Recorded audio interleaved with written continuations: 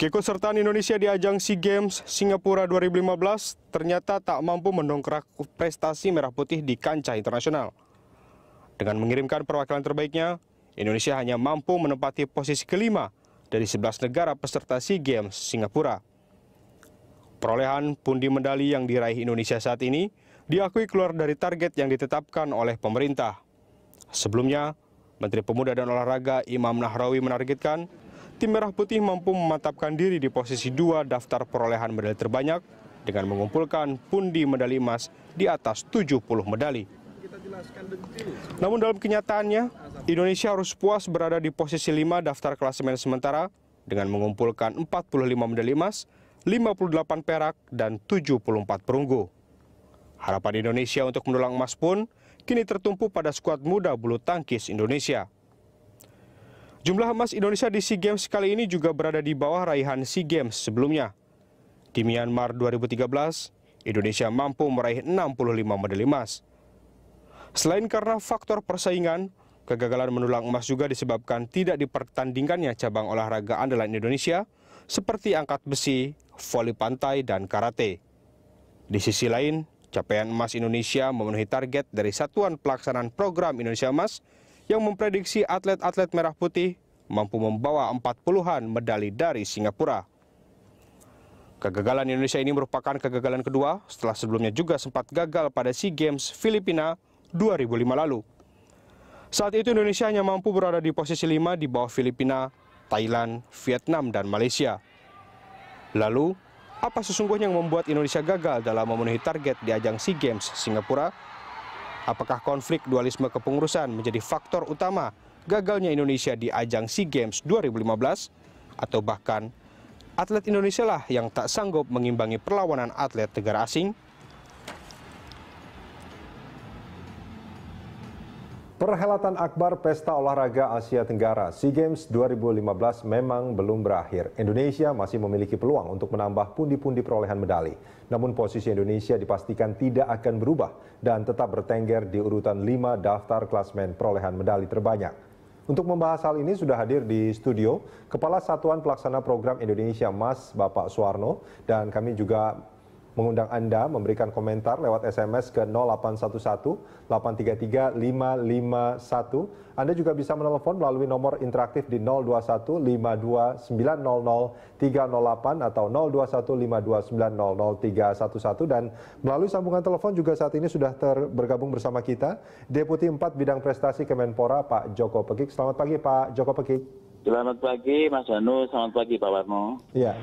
Pak Joko, ini sebelum ke Pak Joko, saya ke Pak Suwarno. Pak Suwarno, ini kalau kita bicara soal target, langsung saja Pak, apa sesungguhnya yang membuat Indonesia gagal mencapai target?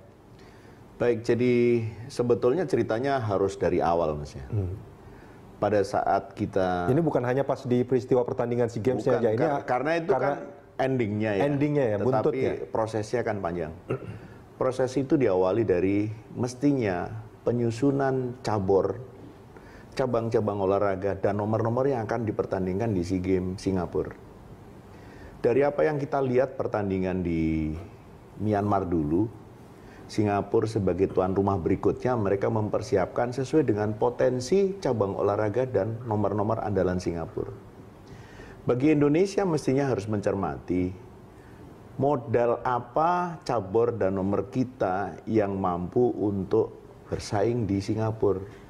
Sehingga dari awal mestinya pihak Indonesia dalam hal ini KOI dan cabur-cabur yang mempunyai keterkaitan dengan federasi internasional khususnya Asia Tenggara, mereka berjuang untuk mendapatkan cabang-cabang olahraga dan nomor-nomor yang dipertandingkan di Singapura yang juga ada kaitannya dengan potensi Indonesia.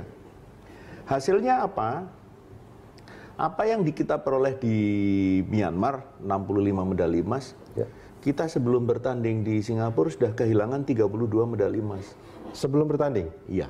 32? 32 itu karena cabang-cabang kita tidak ditampilkan di Singapura. Seperti karate. Ya. Kemudian angkat besi. Ya? kemudian voli pantai. Bukan mereka tidak punya venue, mereka punya. Singapura punya. Kemarin saya baru pulang dari Singapura juga melihat di situ tertulis venue-nya voli pantai dan lain sebagainya. Tapi mereka tidak punya atlet-atlet andalan itu. Makanya tidak dipertandingkan. Mereka tidak dipertandingkan dan Indonesia diam saja gitu loh. Nah ini harapannya mestinya. Kemudian memang ada sesuatu yang kaitannya dengan SEA Games. SEA Games ini berbeda dengan Asian Games maupun Olimpik.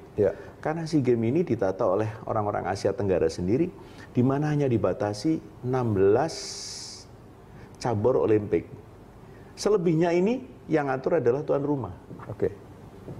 Kemudian juga belum diatur di situ dari 16 cabur Olimpik yang dipilih. Juga di situ tidak ditentukan dari cabur itu harus berapa persen sih nomor yang harus dipertandingkan. Sehingga seperti contohnya balap sepeda. Balap sepeda itu kita kan ada track, ada BMX, ada downhill, mountain bikes, kemudian ada road race. Singapura hanya punya road race, jadi yang 3 nomor yang lain tidak dipertandingkan. Dan itu tidak dipermasalahkan oleh Indonesia gitu loh. Nah ini yang punya akses mestinya kan harus menciptakan. Siapa yang punya akses itu? Yang punya akses KOI, yang punya akses federasi-federasi cabang olahraga kita dengan federasi yang ada di. Artinya upaya-upaya dari KOI dan federasi-federasi atau apa namanya PBPB ya, yang mestinya punya potensi untuk itu tidak melakukan itu sama sekali. Ya mungkin melakukan tetapi tidak maksimum. Akhirnya tapi kan gini Pak Suwarno, kalau kita bicara soal target ini kan cabur sudah di launch gitu kan. Inilah cabur-cabur yang dipertandingkan dan kemudian dikeluarkanlah target lebih dari 72 medali. Jadi pada saat awal sudah kita jelaskan, kita laporkan ya kepada jajaran Kemenpora, kondisinya seperti ini Pak yang kita punya. Bahwa dari 65 kita hanya punya peluang dikurangi 32 berarti 33 berarti kita hanya punya 32. Dari posisi 32 itu kita memang ada di urutan kelima. Thailand punya modal 70. Kemudian Vietnam punya modal 39, Myanmar punya modal 38, kemudian Singapura sendiri punya modal 34, kita di 32. Yang turun drastis itu Myanmar, Indonesia bertahan di posisi itu, di nomor 5. Malaysia mereka naik sekarang ini. Kemudian setelah itu kita bicara lagi, bagaimana sih kita menyiapkan? Pada saat kita menyiapkan, pada saat bulan Januari 2015, Pak Joko Pekik memimpin kami semuanya untuk melakukan rapat dan kami komitmen di situ. Ada 3 komitmen. Yang pertama, kita siapkan atlet untuk melaksanakan pelatnas berdasarkan track record. Apakah diambil dari kejuaraan nasional, artinya kejurnas atau mungkin hasil dari PON. Juga kita ambil dari track record internasional. Apakah single event maupun multi event yang pernah dialami oleh para cabang olahraga ini, para atlet kita. Yang kedua, atlet yang kita latih itu tidak mesti harus berangkat. Kenapa? Karena dari latihan itu akan kita lihat bagaimana sih hasil. Semacam seleksi lagi sebetulnya pelatihan ada itu. Ada degradasinya. Bagi mereka yang kemudian berdasarkan tryout-nya, berdasarkan perkembangan berikutnya dihadapkan dengan kemampuan calon lawan, oh kira-kira tidak mendapatkan sesuatu medali ya, walaupun sudah melakukan pelatnas tidak ikut.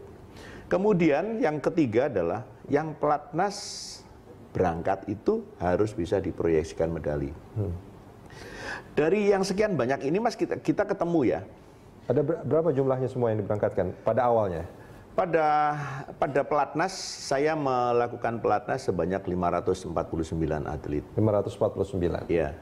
Kemudian Pak Joko Pekik Kemenpora mengatakan, Pak alokasi anggarannya ini kita siapkan untuk 500 atlet. 500. Oke.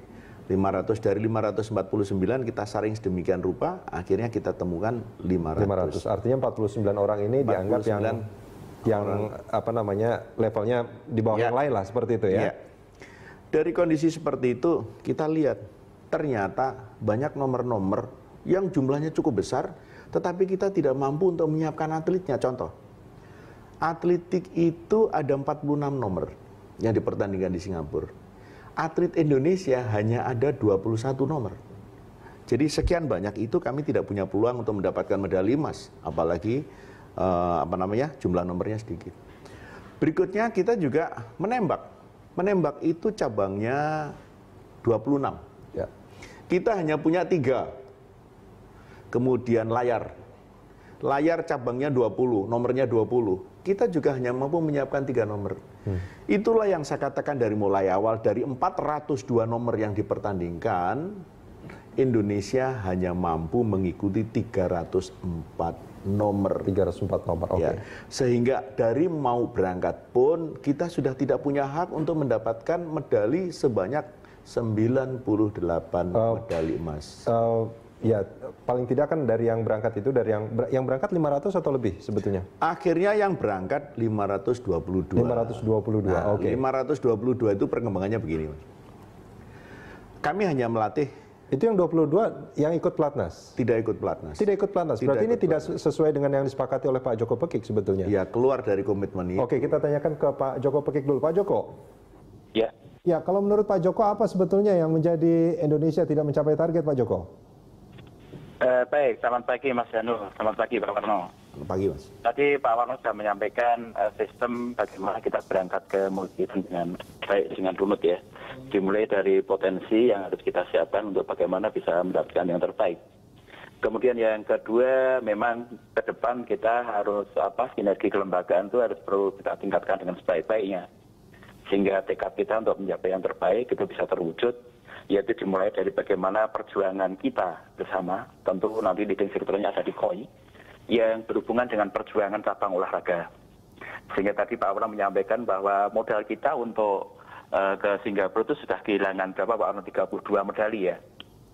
Sehingga itu jadi bagian dari bagaimana ke depan nanti agar kita bisa menyiapkan dengan lebih baik lagi. Sehingga entry point-nya kalau tadi dikatakan ketidakberhasilan kita di Singapura ini memang berawal dari bagaimana kritik untuk cabang-cabang potensi yang kita lakukan untuk mendapatkan hasil yang terbaik. Artinya persiapannya kurang baik selama ini, Pak Joko?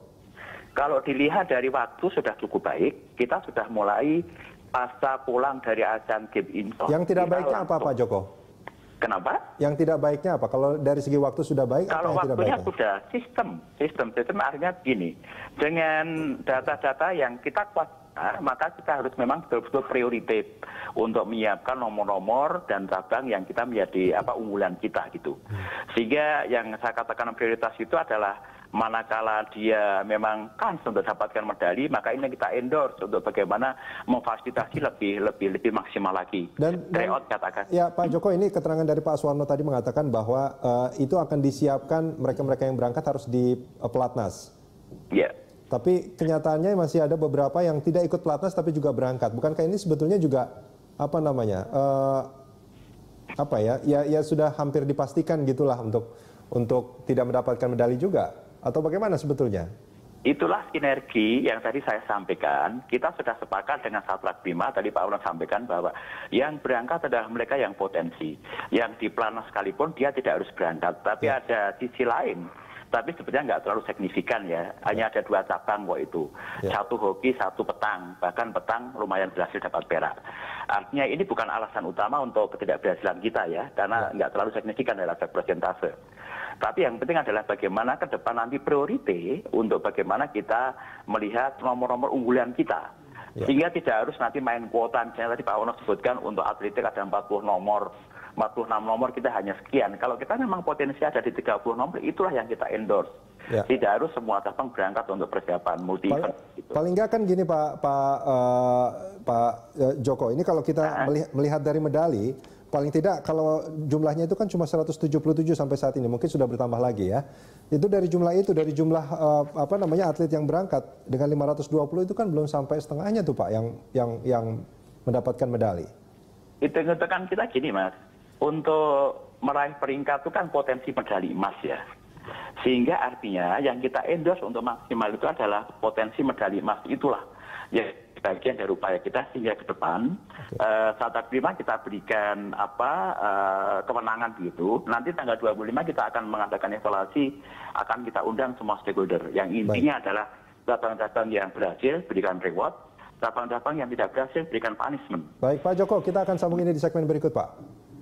Kita jeda sebentar.